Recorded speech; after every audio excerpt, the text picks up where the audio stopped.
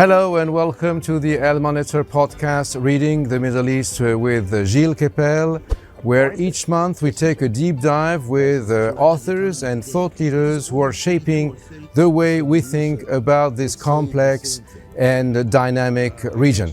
My guest today is Zineb Mekouar, who had just published a book in French entitled La poule et son cumin, literally The Hen and its Cumin, translating from the Moroccan Darija, or local language, Adjaja bikmunha. Dear Zineb, marhaba bik, bienvenue.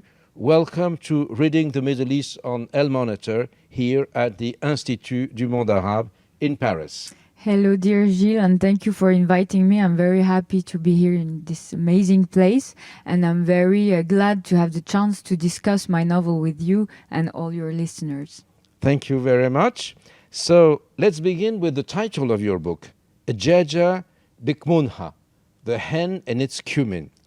Could you translate that for our Anglophone readers as to have your cake and eat it too? Is that what you mean? What did you exactly mean with that? Yes, it's exactly that. Actually, it's a Moroccan expression because I wanted to show the real Morocco, the one that cannot be showed when you just go as a tourist there, because it's about the intimacy of women and of the youth of Morocco. It's a nod to the folk culture, and the Moroccan people, they love it because when they see it in French, they translate it in Darija, the Moroccan Arabic, and they laugh because they understand it. And the people who don't speak Darija, who don't know the expression, they're very happy too, because when they finally get to understand the expression throughout the book, they're like, oh, yes, now I know what it is. So actually, everyone is happy. So and me too.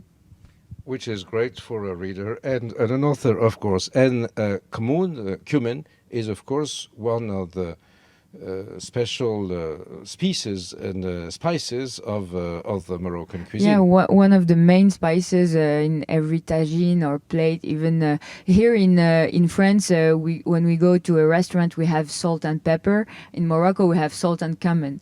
Yes. Okay, so let's put a little cumin on your novel.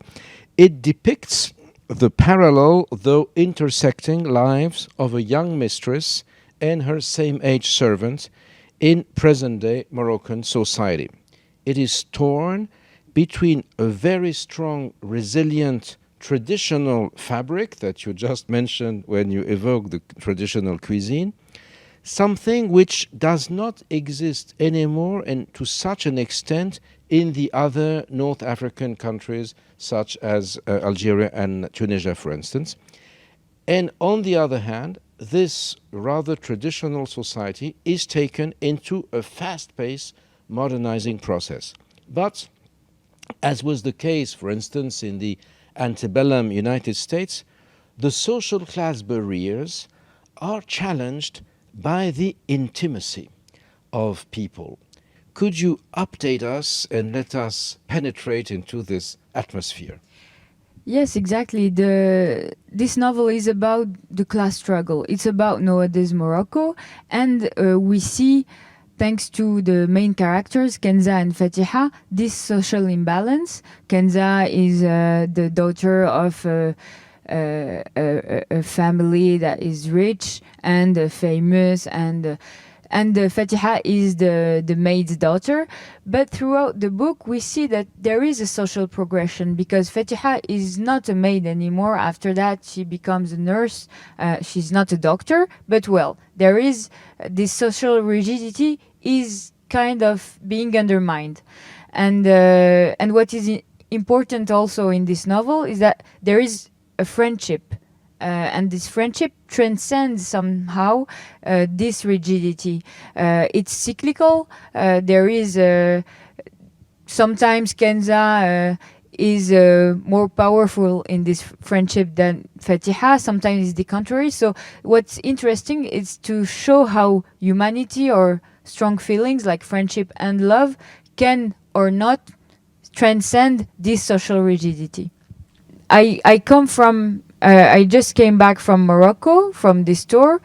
Sincerely, it was amazing. because I didn't expect anything. I was like, well, I'm going and I'll see.